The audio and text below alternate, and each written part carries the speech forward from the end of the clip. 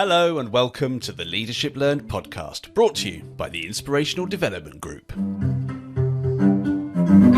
Each episode, we examine the behaviours, skills and attributes required to improve human performance through effective leadership. We discuss the latest thinking and issues affecting leadership from the classroom to the boardroom, to provide tangible insights as we go beyond the cliches, to prove that leaders are made, not born. We often talk about how today's working world is defined by change, rapid, constant change, and how our old management styles simply don't work anymore. Markets, organisations, ways of working, these are changing all the time. And as such, managers don't have all the answers and they need a flexible toolkit. In this episode, we'll be talking about the huge benefits that leaders can get from adopting a coaching style. As we will discuss, this is a world away from the old, traditional, and dare I say, archaic command and control philosophy. And in order to really get into it, we have two experts with us who will be taking us through why a coaching style works in today's world, what it actually means and entails, what has to be in place to successfully implement it, and much more besides. So first of all, we're joined by Helen Cayton-Hughes, a pioneering coach who, as the founder of Thornton Coaching, has helped individuals, teams and organisations improve confidence, communication and collaboration through coaching. As well as delivering coaching, Thornton teach people to be coaches, delivering ICF accredited programs in leadership, coaching and mentoring. Helen is a professional certified coach with the International Coaching Federation and specialises in developing senior women leaders and people from minority backgrounds. Welcome to the podcast, Helen. Thanks very much, Matt. How's it going? Good, thanks. Looking forward to the discussion today. And secondly, we have Bob Hughes. Bob is Director of Strategic Leadership and Coaching at Thornton and also a professional certified coach. He created the Thornton Leadership Coaching Model, which was the first leadership coaching model to be accredited by the ICF. In his work, Bob challenges leaders to embrace new ways of thinking and behaving and draws on his experience leading teams of up to 300 people to deliver multi-million pound projects. Hello, Bob, and welcome. Thank you. Great to be here. And finally, a man who will be no stranger to regular listeners of the podcast. It's our leadership guru and all-round know-it-all, Nigel Girling. How are you, Nigel? I know all things. Well known. How come I never win pub quizzes then, if that's the case? There you go. Because you don't know useless stuff. I keep telling you. That's the Yeah, I know the useless stuff. You know the technical stuff. Anyway. So let's start off by defining coaching, because I know people may have various different ideas of what coaching may be. So Bob, in this instance, how are we defining coaching? We talk about coaching as being a way of supporting people to lead, to succeed, to achieve, without doing it for them or telling them how to do it. And I think that's a key shift in the definition of coaching from sports coaching approach, where you might be having to tell people how to hold the racket or grip the club or whatever. There's instructional stuff there. And it's also a shift from that notion that we had where you're a deeply flawed person, and the good news is I know how to fix you, which was perhaps a definition 20 years ago. So very much more about a supportive role to challenge people to think for themselves and be successful. Okay, so what we're talking about here a lot is what we have been talking about a lot is engagement, and how does coaching help drive engagement? It's not about driving engagement. I mean, it does that. But the reason organizations invest in coaching is because it has an impact on the bottom line.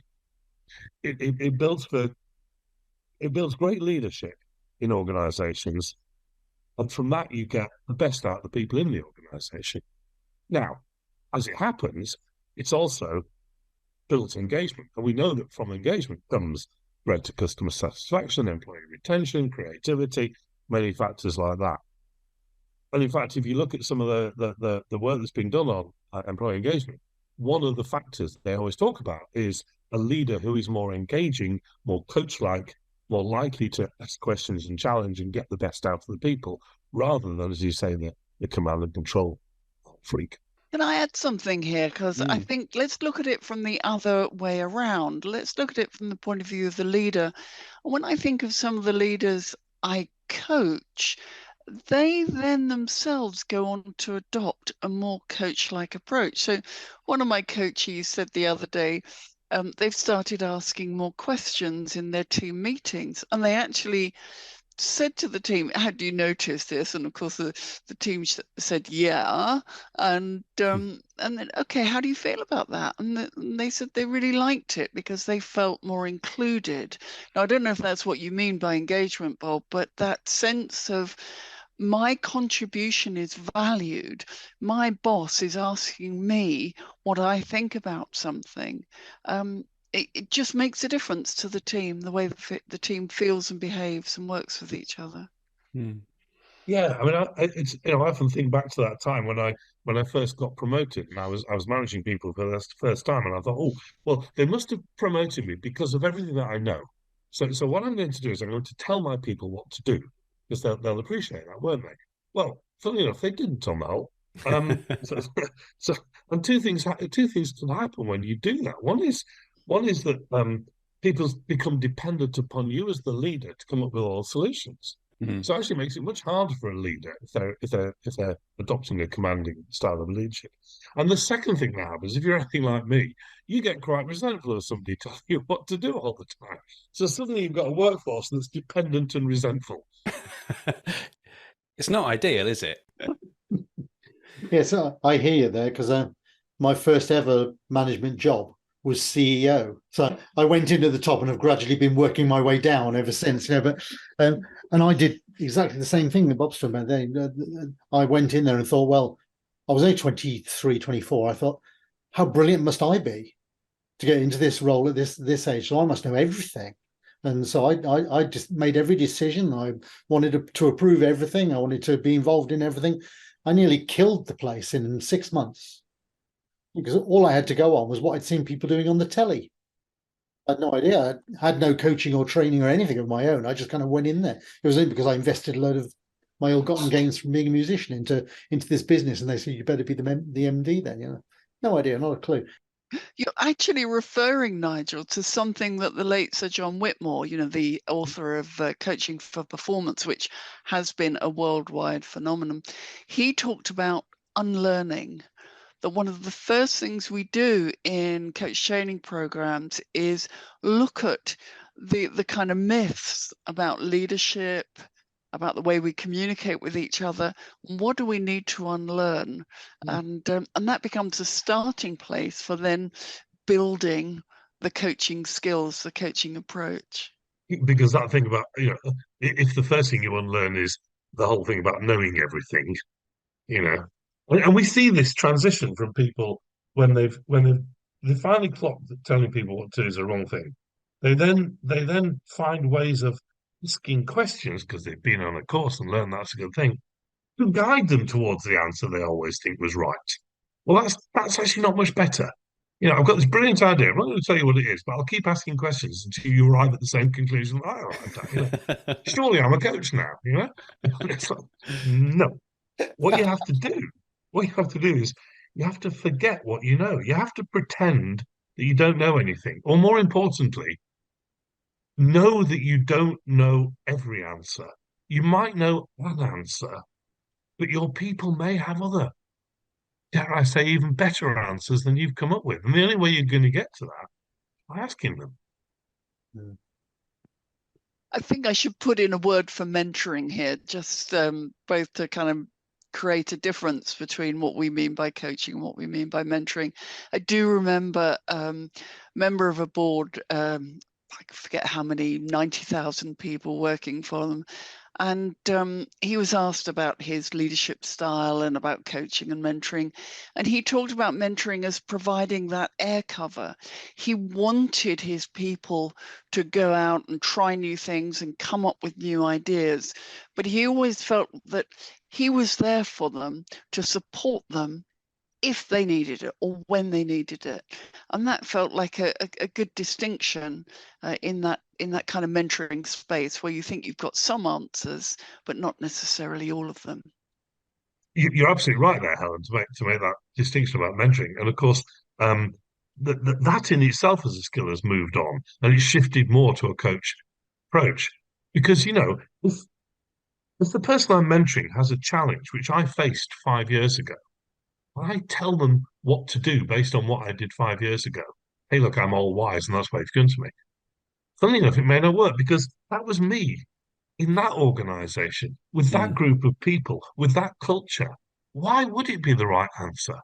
So it's fine as a mentor for me to tell a story, but it's got to be like seeding a brainstorm. It's the thing that then I ask them questions to draw out. What would they actually do? Perhaps building on mine, but hopefully coming up with something much better. So what sort of toolbox should a leader as a coach use then? I'm thinking that it might be slightly different to what people would think the traditional view of coaching. Because in my mind, coaching, there's a certain element of it where you have to allow people to fail, for example, to get things wrong themselves. Whereas in a business environment, that might not be such a good idea to do. So what toolbox is it? What sort of things are we talking about? For me, my immediate reaction when you asked that question, Matt, was something around getting to know your people. And I don't just mean what technical professional skills they've got, but what are they interested in? Where do their talents lie? Where's their untapped potential? And of course, what are the pressures on them in the wider world? So that you've got a balanced understanding of the culture, the background, the strengths, the areas they want to develop in. And for me, that's a great foundation for then growing a team and really pulling together the strengths and talents of the whole team. It reminds me of a team I was working with once where we'd been working with the boss to do exactly the kind of stuff that Helen's talking about there. And he said, I found this amazing thing, he said, which is one of my team was one of the quietest people there. We were having a meeting and somebody was really nervous about doing this presentation. And so I was looking at it and I remembered something about this guy. So I said, hey, look, is this something you want to do? He said, yeah, sure, no problem at all, And he was the person who did the presentation.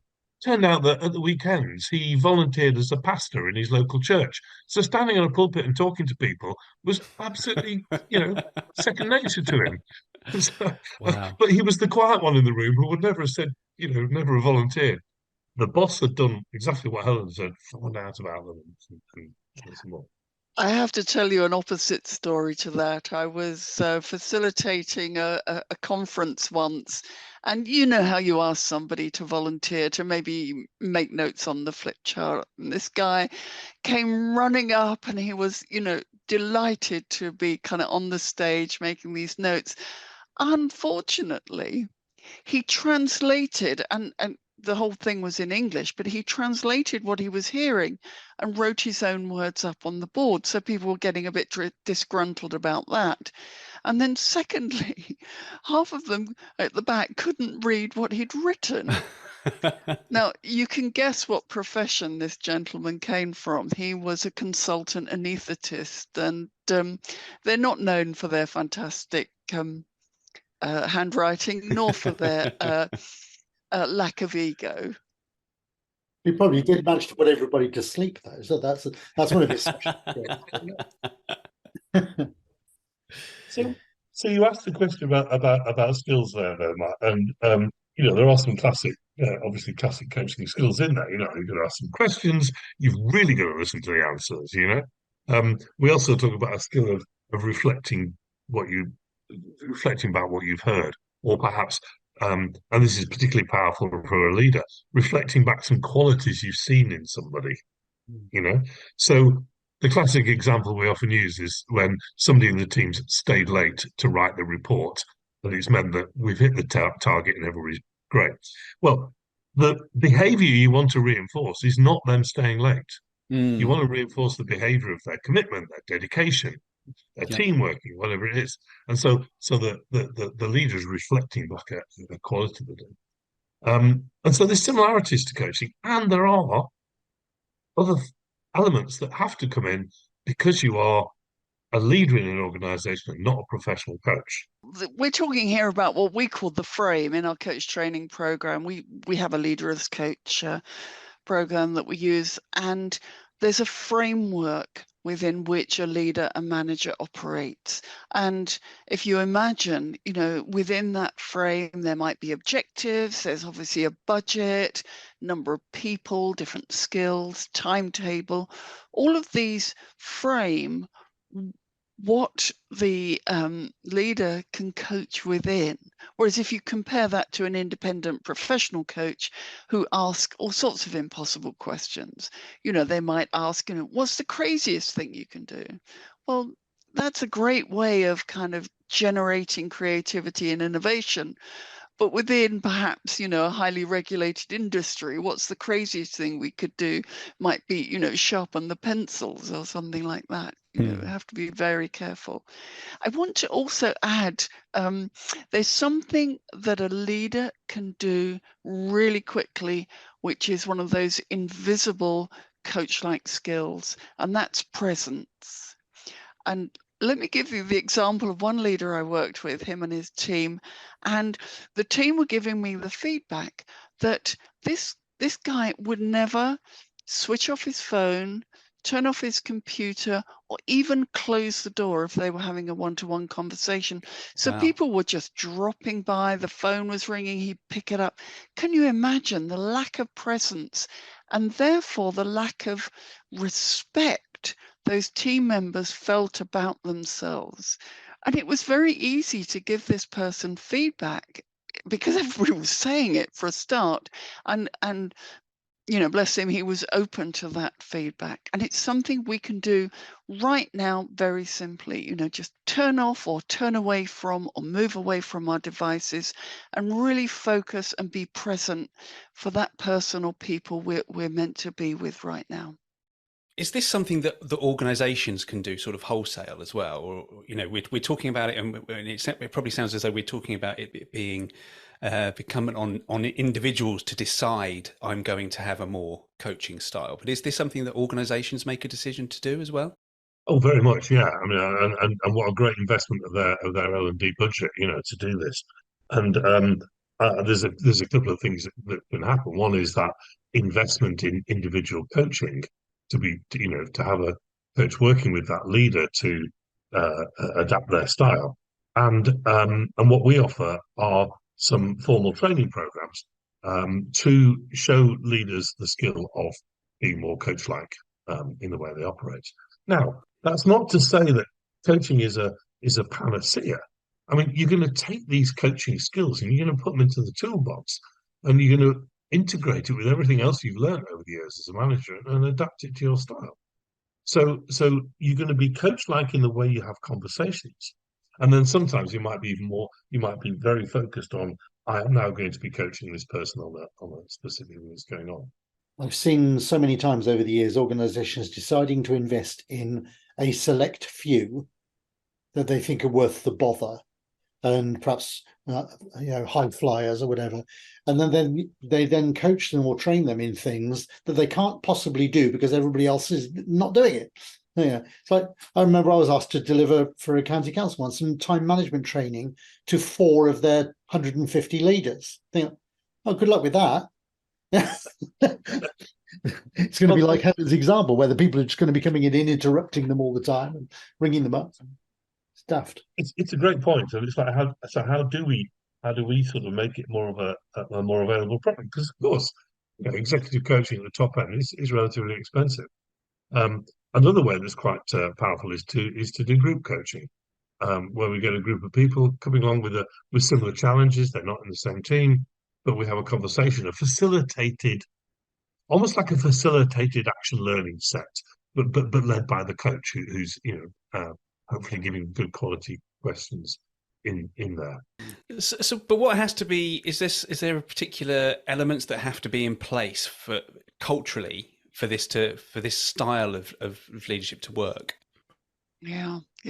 Back to the point you said earlier, Nigel, about 4 people in an organization, unless we're changing something at a cultural level, which really takes a lot of emotional intelligence and willingness and, a shared vision, shared purpose to want to change. And there's a reason for that. And if people don't understand the reason and they don't buy into it, nothing will change. So understanding people's emotional reactions to change is really important in this.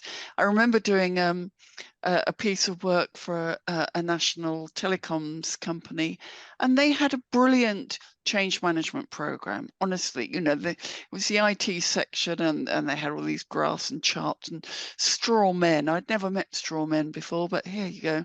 There's the first time for everything. And my job was to stand up and say, okay, so you're the brains behind this process. You're bought into the process. But what about the 4,700 and out there? How will they feel? And honestly, I was met with blank stares, like, what are you talking about? Of course they'll buy into it. We see it, therefore it must be good.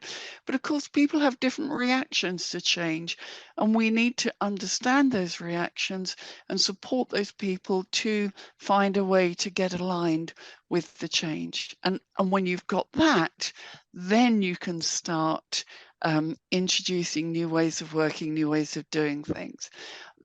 The other extreme that I've experienced, I remember one hospital. There's a process called clerking, or there used to be a process called clerking in hospitals. Nigel's name, date of birth, next of kin, all of that sort of thing.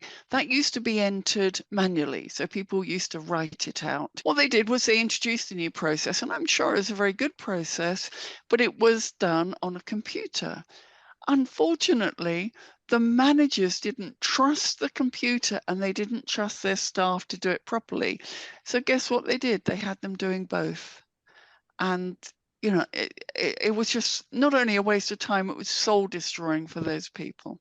The thing you said about purpose, Helen, I just want to pick up on that, because I think that's a really good point and a really important point about coaching. From my point of view, I can see how it can help with facilitating purpose, and we speak about that a lot on the podcast, and how a lot of old school managers just don't see how that is relevant. But it's that purpose and getting that trust and connection with people, which is what people want these days, isn't it? Yeah. We in the Fortin coaching model, we break it down into three kind of key things. One is the vision. What is success going to look and feel like? How do we know we're successful? That kind of stuff. Then there's the values. Purpose is so much based on values, on shared values, on agreed values, and on buy into values, commitment, living those values. I don't mean the size of the posters on the wall in reception. I mean really, leaders walking and talking their values. And the third piece of purpose is my purpose as a leader and how I need to grow and develop into being the kind of leader that this purpose demands. And that purpose-driven leadership is so important, and the coach approach supports that.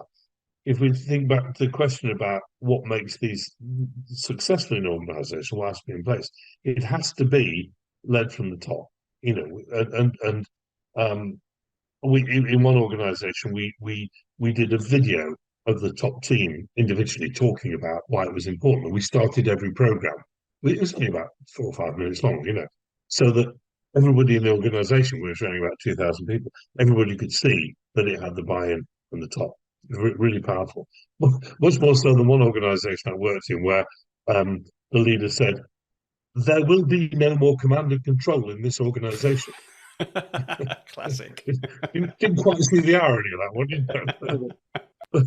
But when the leader can articulate their purpose, and our coaching model is, as Helen says, is very much around that, then people can make that emotional connection to the vision, to the purpose of the organisation. So one of the things we do in some organisations is we coach the leader in front of the organisation. Oh, really? We ask them about their purpose. We ask them about their vision. Their values come out, things like that, which is great. It creates trust because it shows a bit of vulnerability in that leader. Yeah, absolutely. And people get emotionally connected to the purpose of the organisation. And that cascades down, because one of the things we're training the leaders to do is to find out what the values and the vision of their individual people in the team are. And in that instance as well, the leader has to be able to enunciate it clearly. It's more than a few words on a poster, as you say. They have to show the real thinking behind it and how it actually applies. Yeah, and it doesn't preclude other people from having, everybody's got a purpose in life. It may not be very well expressed, or it might, you may not think it's Martin Luther King's purpose, but we've all got a reason why we get up in the morning. And so if as a leader, I understand what your purpose is, I can link it to mine, to the teams, to the organizations, and when we have some overlap there, that's when we really fly. Yeah. On that basis, I kind of would like to add a caveat to Bob, to your comment about this driving the bottom line. Well, I absolutely agree that it does, but that's not why we want them to do it. Because in a lot of organizations, they'll see that and go, oh great, this is going to drive the bottom line, let's do a load of this coaching stuff, then it'll make us more money. And that's where the purpose thing has to align, isn't it? Otherwise the purpose just becomes to pay bigger dividends to the shareholders, and that's not going to do it. It's not going to engage and motivate and inspire all of the people to be better. No, that's what I mean. Great leaders have a vision that you want to follow. Yeah, and it's such a small difference that's so incredibly profound, isn't it? People following because they want to, rather than following because they have to. I guess a lot of people, or some people, will be listening to this, Nigel, as we say this quite a lot, and they'll probably be thinking, why change? Why is it? What is this newfangled, namby-pamby, snowflake way of getting in touch with people's feelings? This is rubbish. It's all about telling people what to do. This would never happen in my organisation. What are you thinking would be, more in particularly, what do you think the problems people will have about this? Well, for this bit, I don't need to imagine it. I can channel my 1980s self, because that would have been me, right? Yeah, I think that the big concern that I would have had back in the day, that I probably still would have on bad days now, is, so this is all very well, but where am I going to get the time from? I've got 875 things to do today, and I've only done 6 of them, and it's 4 o'clock. How am I going to find time to spend asking people questions that I already know the answer to? Yeah. And time is a one-time resource. Once it's gone, and it's a very valid question that comes up a lot in our programs. And I think there's 3 things really to think about. One is priorities, and supporting people through coaching to define their priorities and to get those things done. And one priority might be to invest time in developing other people. And people say then, well, I don't trust them. I'm not sure about their competence. And it's really, how are you going to get to know them? How are you going to build that trust? How are you going to enable them so that you can delegate more, you can get more time back, and they can grow as a result, take on those interesting projects that they're actually, dying to get their hands on. But equally, if somebody comes to me with something and I give them the answer and they go away, then the next day they come to me with something, I give them the answer and they go away. They've got to learn to come up with the answer themselves, because they'll just keep coming back. So that is back to the whole thing about investing time to save time in the future. Yeah. John Adair nailed that one years ago. I don't agree with everything he said, but that whole thing about whatever you decide to do as a leader and manager should achieve the outcome, but it should also build the capability of the team and stretch the individual. Well, telling them the answer doesn't do that. It may not even do the first one, let alone the other 2. So stop it. The first time anybody talked to me about coaching, my response immediately was, "Well, you're saying I can't be the boss anymore?" Oh, really? Yeah. I get paid loads of money, because I'm brilliant. Why do I want to stop doing that? Because that's what you pay me for. The way I added value was by doing stuff and directing stuff, not by creating the space and the culture to allow other people to do it. And I can imagine there are a lot of leaders out there that who are maybe a little bit old school, because I wasn't all that old school. I was just old school enough to be that stupid, to think that actually, I actually felt, to start with, I remember when I was being a teacher, and I was taught by my teacher training person to say scaffold and fade. They said, that's your job as a teacher. And I've come to believe it's a leader's job too, which is create the scaffolding around something and then fade out of the picture to let it play out. And for a long time, I felt that was a dereliction of duty. Really? That I was abdicating responsibility. And it's that concept of servant leadership, which has been around, a very long time. Of I'm here to serve the people who are going to make the thing happen, be the scaffolding or create scaffolding up for them. Yeah, and I think it's great that that's been around for a while, and the need for a change of leadership is even more pronounced today. I mean, when the post-industrial revolution, then telling people what to do, go make 20 widgets today, was the right thing to do, and work down the hierarchy. But we don't do that anymore. And the world of work has changed, where we need people to take ownership, to take responsibility. We're trying to unlock creativity. It's that notion of entrepreneurial leadership, where the leader is creating a safe space in which to unleash the power of those individuals. Why isn't it going to happen by a command and control system? Well, there was in one organisation once where the leader puts out a diktat that everybody would have 2 good ideas a month, and it's like, oh, that's really going to help creativity, because that's how creativity works. We work really well at times. So, why does it have 3 this month? Do I keep 1 for next month? I get a bonus if I come up with 3. That'd be great, wouldn't it? I remember, Bob, years ago, you interviewed Dan Pink. I think yes. that whole thing in his book Drive, about how the natural business response to wanting more of something is to reward or punish.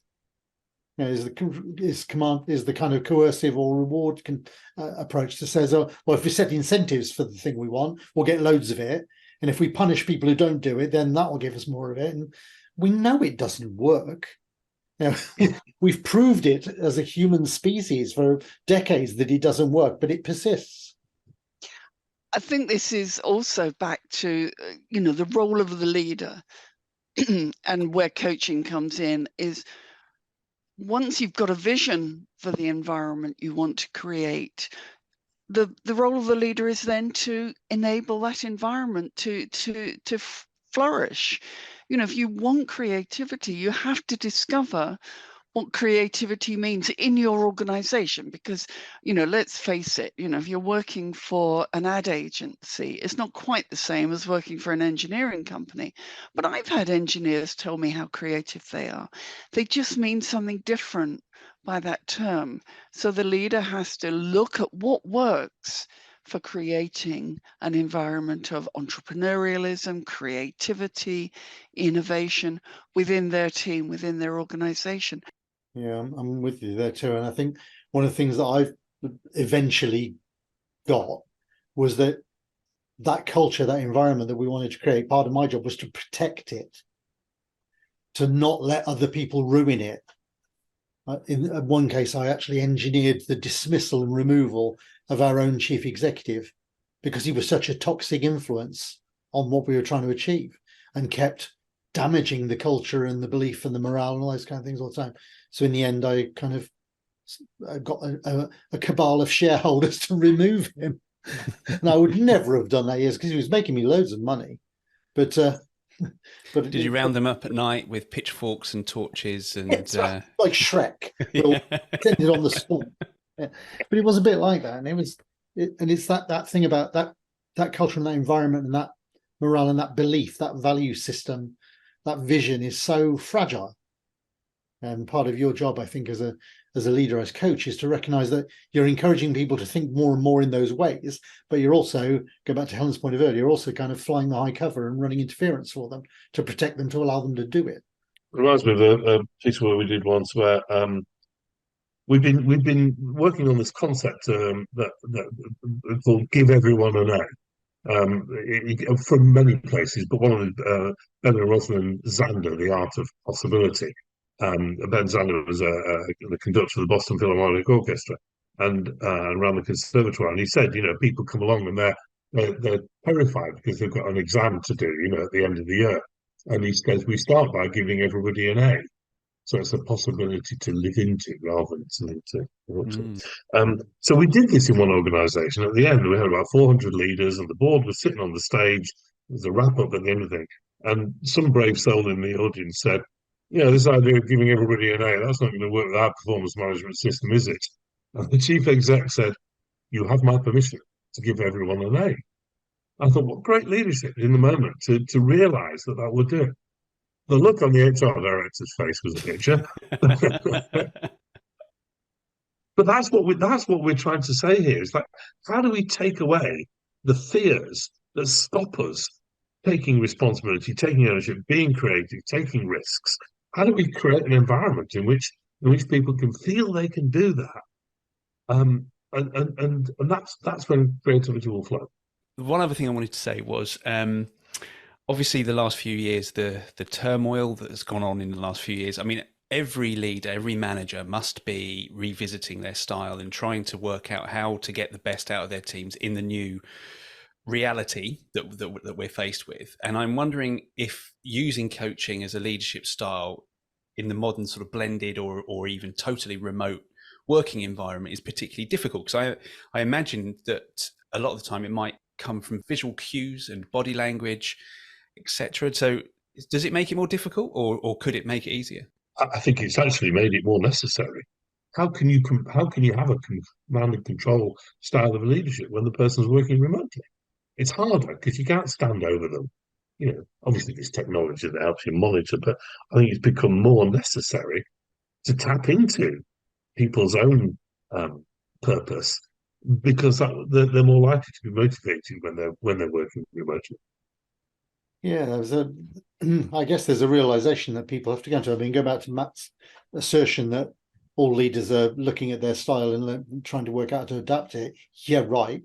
If only that were true. But secondly, there's a thing now that the ship has sailed. Your people are empowered whether you like it or not. That it's already happened. It's no good you trying to make it happen. It's already happened. You've got to work out how you're going to respond to that. And and the coaching style is a much more intelligent way of responding to that situation than trying to put surveillance in place, which is what a lot of organizations have done. Yeah. Your people will walk. Your people have a more opportunity to walk. Yeah, certainly. So to summarize the conversation then, what I'm hearing is that modern leaders really need to be reappraising their style and making sure that the way they lead people is still relevant in this modern business world, and coaching is something that can give them those tools to make sure that their teams, that their people and themselves are as productive and effective as they possibly can be. I think that's a good place to leave it. Bob, Helen, thank you so much for your contributions. I really enjoyed the conversation today. I'm sure we'll be seeing you again. Nigel, I know I'll be seeing you again. And to you, thank you for listening. We'll see you next time. Thank you for listening to the Leadership Learned podcast. We'd love to hear your thoughts on the topics and issues discussed today. You can find us on LinkedIn by searching Inspirational Development Group, or email us at info@inspirationaldg.com. If you want to find out more about IDG and the work we do optimizing human performance through leadership development, you can visit our website at inspirationaldevelopment.com. We'll see you next time.